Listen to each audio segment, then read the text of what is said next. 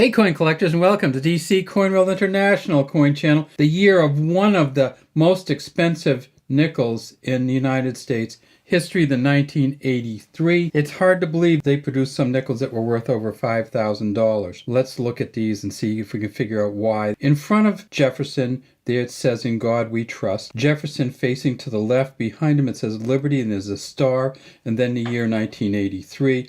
And then right below the year is the mint mark on these, and that is the D for the Denver Mint. The Denver Mint in 1983, they made $536.7 million.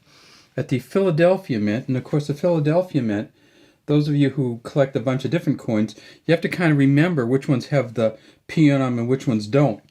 So some of the Philadelphia Mint coins don't have a P on them. Some of them do, and this one, the nickels, do. And so in 1983, the Philadelphia Mint made $561 million, about $1.1 billion between the two mints. Let's look at the back. At the top it says E Pluribus Unum. Down below it says United States of America. Right here it says 5 cents.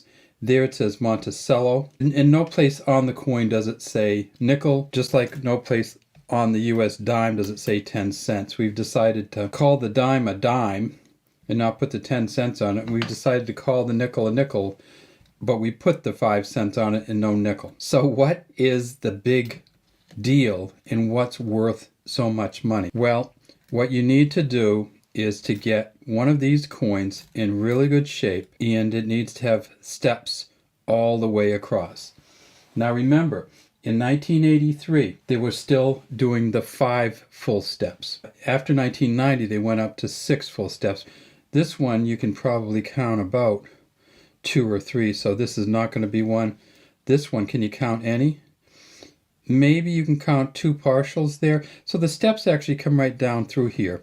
The easiest way to explain what the steps look like is to find a coin from 1983 that either was never circulated or came in a uncirculated mint set. Unfortunately, we can't do that with the uncirculated mint sets. Why not?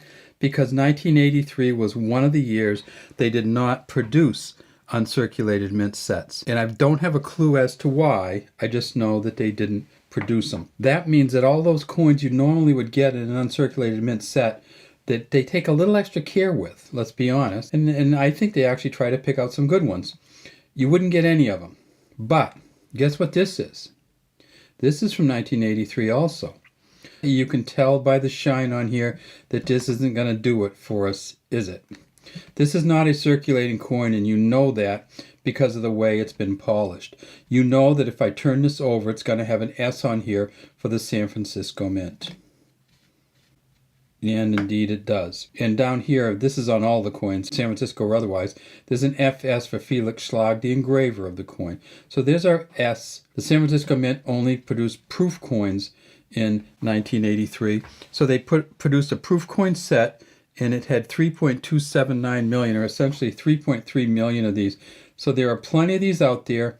They come in a hard plastic. Sometimes people pick them out, and sometimes I do. We get from destroyed proof sets, and we just pull out the coins. And so can we count 5 steps on here? Well, let's see if we can. Go to the left. We go 1, 2, 3, 4, 5. We can. And we can count 5 almost all the way across. A little bit of a divot there. You see right over the top of the C.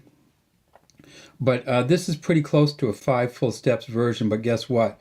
It's not a circulating coin, so it doesn't count. Let's look at some other ones. I got about 20 1983 coins, and nothing on that one. Nothing on that one. Nothing on that one. You get these circulating coins in your change. What you're going to need to do is find somebody who put some away. There's a couple steps. We feel like a victory, right? Right in there we see there's a couple steps. No steps. Because this sticks out a little bit more than the rest of the coin, guess what? Gets worn off first. We got a bunch more to just look through. There's some kind of halfway steps. Some more halfway steps. No steps. No steps. No steps. No steps. No steps. And we got one more pile to look through. Nothing. Nothing. Well, just a little bit up top. Nothing. Well, a little tiny bit up top, but this has other issues in this one.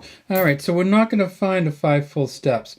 And if you do, you're going to be very lucky because PCGS says there's only a few of them out there. That's why they sell for $5,000. The 5 full steps is an MS67. They believe there are about 16 or so of them out there, so look for them. It won't look quite like this. It'll be shiny, but not quite just kind of polished. Oh, and look at the colors in here. Did I tell you that this one's only worth about a couple bucks?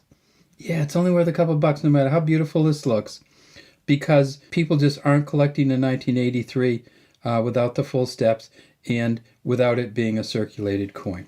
All right, that's all we have today from DC Coin World. Love to have you subscribe to our channel and leave any comments you might have in the comments section. Oh, and what are the P's and D's worth? Well, if you get a MS65P, it's worth $9. If you get an MS65D, it's worth $6 or $7.